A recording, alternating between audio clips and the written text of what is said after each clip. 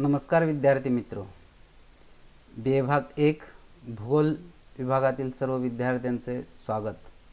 मित्रो, आपण अभ्यास करत आहोत विभाग 1 प्राकृतिक भूगोल पेपर क्रमांक 1 मधील टॉपिक क्रमांक 4 डेनोडेशन म्हणजेच अनाच्छादन. अनाच्छादन याला दुसरा एक शब्द आहे विदारण.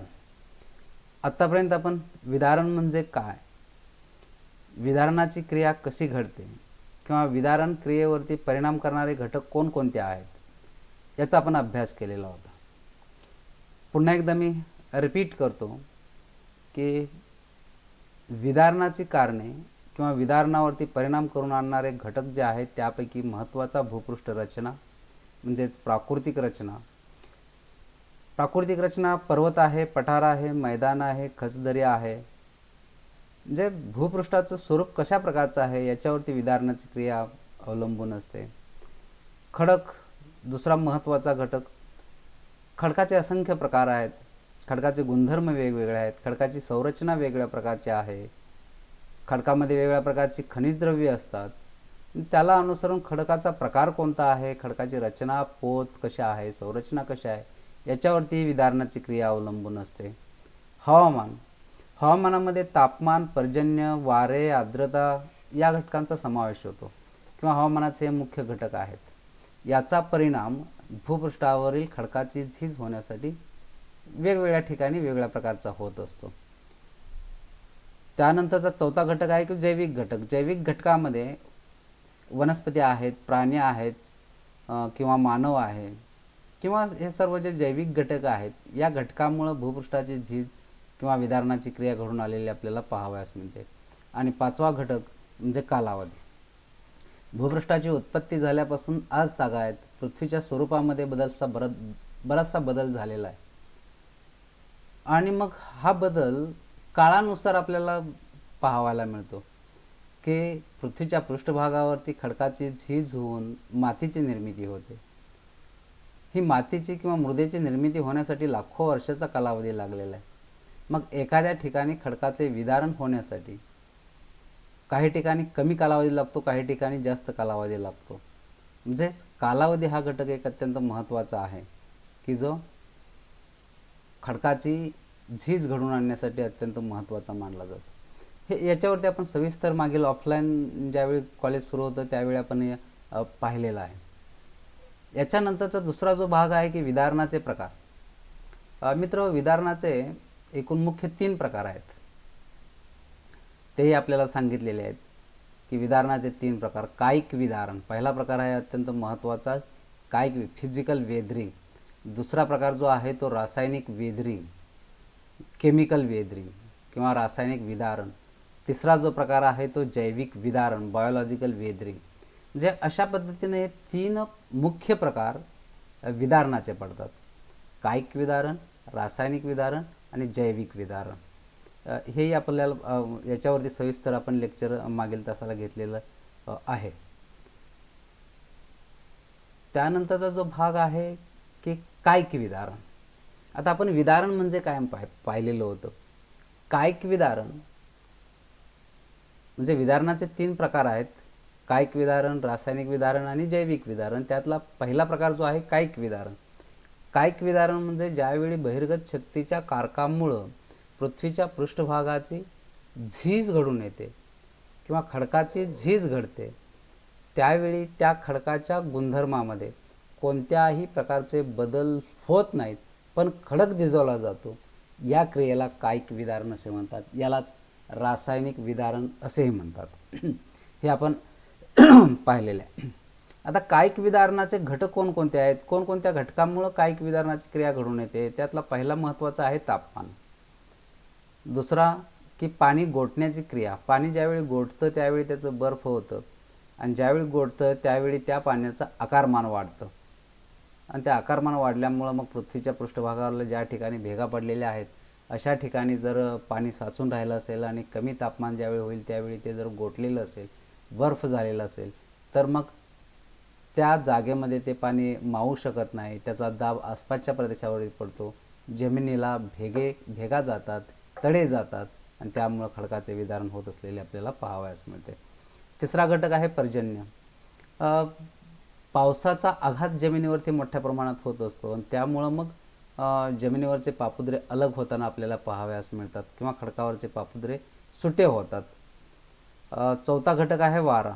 वाऱ्याचं महत्त्वाचं कार्य वाळवंटी प्रदेशामध्ये आपल्याला पाहावयास मिळतं. वाऱ्याचा वेग वाळवंटी प्रदेशामध्ये जास्त असतो. ज्यावेळी वाळवंटी प्रदेशामध्ये जोराच्या वेगानं वारा वाहत असतो त्यावेळी त्या वाऱ्याचा आघात त्याच्या मार्गामध्ये येणाऱ्या भूपृष्ठावरती खडकावरती मोठ्या प्रमाणात पडतो. त्यामुळं खडकाची झीज होते.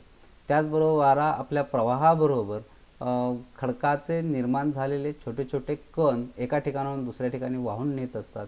त्यावेळी त्या कणांचं घर्षण जमिनीवरती होत असतं आणि पुन्हा झीजेची क्रिया होत असलेली आपल्याला पाहावयास मिळते. त्यानंतर वनस्पतीची मुळे जमिनीत खोलवरती जातात आणि त्यामुळं मग काय की जमीन दुभंगते किंवा जमीन भुसभुशीत बनते किंवा जमिनीमध्ये तडे जातात आणि त्यामुळं मी विदारणाची क्रिया घडून आलेली आपल्याला पाहावयास मिळते.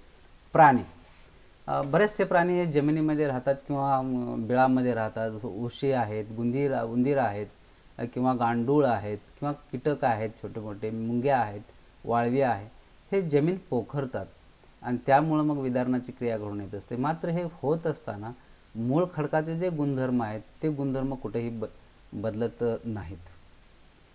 हाही भाग आपला पूर्वी झालेला होता. पुन्हा आता कायिक विदारणाचे प्रकार. कायिक विदारणाचे एकूण 4 प्रकार आहेत की ज्यावेळी एखाद्या खडकाचे विदारण होते त्यावेळी ते विदारण होत असताना त्याच्यापासून निर्माण झालेला गाळ किंवा त्याच्यापासून निर्माण होणारे पदार्थ किंवा खडकाचे होणारे तुकडे यांचा आकार कशा प्रकारचा आहे याच्यावरून कायिक विदारणाचे 4 प्रकार आहेत. त्याला पहिला जो प्रकार आहे तो कण विखंडन असं म्हटलं जातं. दुसरा प्रकार आहे तो दल विखंडन असं म्हटलं जातं. तिसरा प्रकार जो आहे तो खंड विखंडन असं म्हटलं जातं आणि चौथा प्रकार जो आहे तो अनियमित विखंडन. कण विखंडन म्हणजे काय की एखाद्या प्रदेशामध्ये जर खडक असेल आणि त्या खडकाची झीज होऊन त्या खडकाचे रूपांतर बारीक कणात जर झालेले असेल तर त्या ठिकाणी झालेल्या त्या विदारणास कण विखंडन क्रिया असे म्हणतात.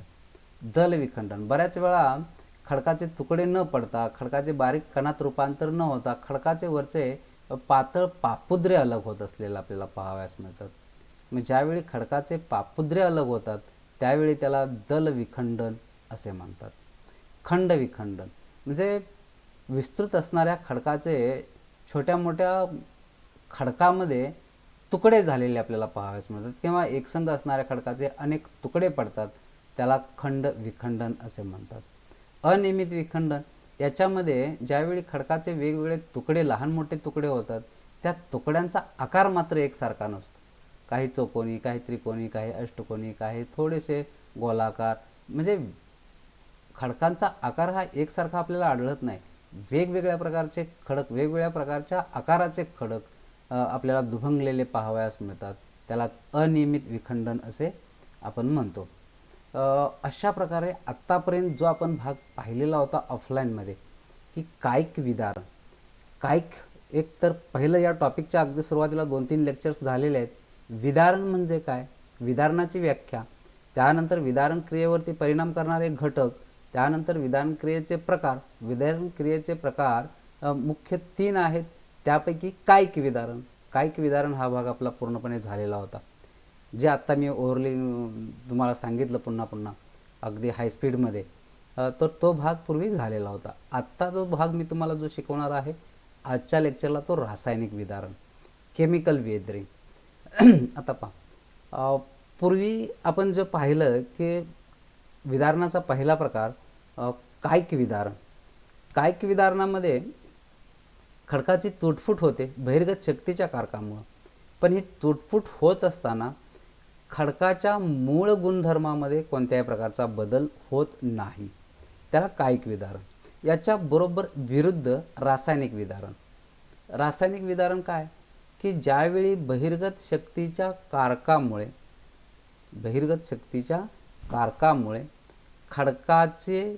खडकाची तुटफूट होऊन बारीक मातीत रूपांतर होते, परंतु हे होत असताना खडकाच्या मूळ गुणधर्मामध्ये कोणत्याही प्रकारचा बदल होत नाही, त्यावेळी त्या ठिकाणी झालेल्या त्या क्रियेस रासायनिक विदारण असे म्हणतात. जे रासायनिक विदारण म्हणजे काय की खडकाच्या मूळ गुणधर्मामध्ये बदल झालेले असतात, बदलतात, रासायनिक प्रक्रिया होते. रासायनिक प्रक्रिया एकतर खडकाची तुटफूट होते, खडकाची झीज होते, खडकाचे अनाच्छादन होते, पण हे होत असतानाच खडकाचे गुणधर्मही बदलतात. जसं आपण गारगोटी पाहतो, गारगोटीचे तुकडे छोटे छोटे असतात, तर ते एक विशिष्ट रंगाचे असतात. ते त्याच्यावरती रूपांतराची क्रिया झालेली असते. रूपांतरित वेगवेगळ्या प्रकारचे जे खडक आहेत त्याला आपण काय म्हणू शकतो की रासायनिक विदारणाने निर्माण झालेले ते खडक. आता हे रासायनिक विदारणाचे घटक कोणकोणत्या घटकांमुळे रासायनिक विदारणाची क्रिया घडते, तर एक पावसाचे पाणी. ज्यावेळी पाऊस पडत असतो त्यावेळी त्या पावसामध्ये वातावरणातील असंख्य प्रकारचे वायू त्याच्यामध्ये मिसळलेले असतात आणि त्यामुळं अशा वायू मिश्रित पाणी ज्यावेळी पृथ्वीच्या पृष्ठभागावरती येते त्यावेळी त्या वायूंचा किंवा त्या वायू मिश्रित पाण्याचा भूपृष्ठावरील खडकावरती परिणाम होतो आणि त्या खडकाचे रासायनिक गुणधर्म बदलतात. जे पावसाचे पाणी आणि वायू हे दोनच मुख्य घटक आहेत की ज्या दोन मुख्य घटकांमुळे पृथ्वीच्या पृष्ठभागावरील खडकाची झीज होते, त्याचबरोबर खडकाचे गुणधर्मही बदलतात. आता त्यानंतरचा पुढचा भाग की रासायनिक विदारणाचे प्रकार कोणकोणते आहेत. एक रासायनिक विदारणाचे घटक पाहिले आपण की पावसाचे पाणी आणि वायू. आता रासायनिक विदारणाचे प्रकार 4 आहेत. पहिला जो प्रकार आहे तो त्याला आपण द्रवीकरण असं म्हणतात, सोल्युशन. दुसरा जो प्रकार आहे तो भस्मीकरण, त्यालाच ऑक्सिडेशन असेही म्हणतात. तिसरा जो प्रकार आहे तो कार्बोनेशन, इंग्लिशमध्ये त्याला कार्बोनेशन म्हटलं जातं. आणि चौथा प्रकार जो आहे तो जल अपघटन, हायड्रेशन असे म्हणतात. आता पहा द्रवीकरण. बऱ्याच वेळा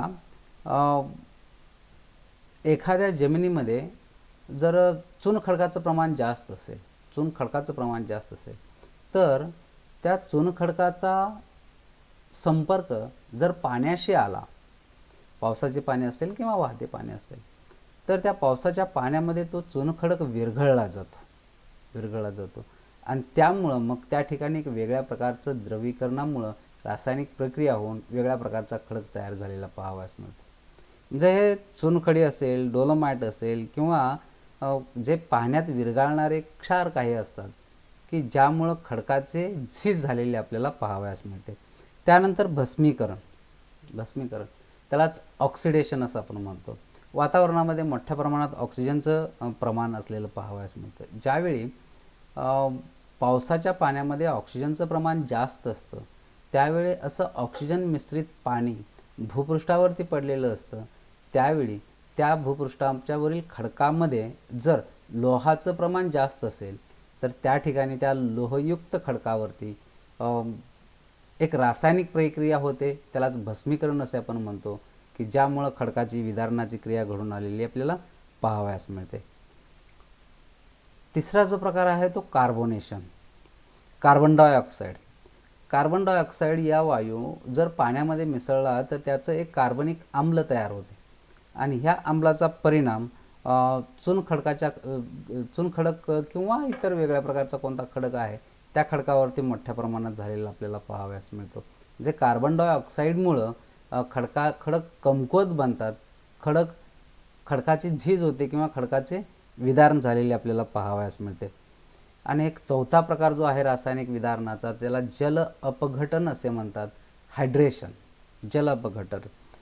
बऱ्याच वेळा काय की काही खडक हे सच्छिद्र असतात, काही खडक अछिद्र असतात. म्हणजे काय की काही खडकामध्ये पाणी शोषून घेतलं जातं तर काही खडकामध्ये पाणी शोषून घेतलं जात नाही. मग ज्या खडकामध्ये पाणी शोषून घेतलं जातं तो खडक पाणी शोषून घेतल्यानंतर त्याचे आकारमान वाढते. त्याच्यातील पाणी ज्यावेळी वाफेद्वारे निघून जाते त्यावेळी पुन्हा तो आकुंचन पावतो. मग ही क्रिया झाल्यामुळं खडकाचा आकारमान वाढल्यामुळं तो खडक दुभंगतो किंवा तो कमकुवत होतो त्याचे तुकडे तुकडे होतात. यालाच आपण जल अपघटन असे म्हणतो. उदाहरणार्थ जिप्सम असेल, फेल्डस्पार असेल, केओलिन असेल, हे जे खडक आहेत वेगवेगळ्या प्रकारचे, ते त्या खडकांची निर्मिती जल अपघटनामुळे झालेली आहे. त्यालाच हायड्रेशन असं आपण म्हणतो. विद्यार्थी मित्रो, हे रासायनिक विदारणाचे हे मुख्य प्रकार आहेत. आत्तापर्यंत आपण या लेक्चर्समध्ये हाच एक महत्त्वाचा मुद्दा आपल्याला अभ्यासायचा होता की रासायनिक विदारण म्हणजे काय, रासायनिक विदारणाचे घटक कोणते आहेत आणि रासायनिक विदारणाचे प्रकार कोणकोणते आहेत. पुन्हा एकदा मी रिपीट करतो. रासायनिक विदारण म्हणजे बहिर्गत शक्तीच्या कारकामुळं भूपृष्ठावरील खडकाची झीज होते आणि ही झीज होत असताना जर त्या खडकातील रासायनिक गुणधर्म बदललेले असतील तर त्या ठिकाणी झालेल्या त्या क्रियेस रासायनिक विदारण असे म्हणतात. रासायनिक विदारणाची क्रिया ही दोन मुख्य घटकावरती अवलंबून असते. त्यातला पहिला घटक म्हणजे पावसाचे पाणी, दुसरा घटक म्हणजे वायू. आणि त्यानंतर रासायनिक विदारणाचे प्रकार मुख्य 4 आहेत. द्रवीकरण, त्याला सोल्युशन म्हणतात. भस्मीकरण, त्यालाच ऑक्सिडेशन असे म्हणतात. कार्बोनेशन आणि चौथा जल अपघटन.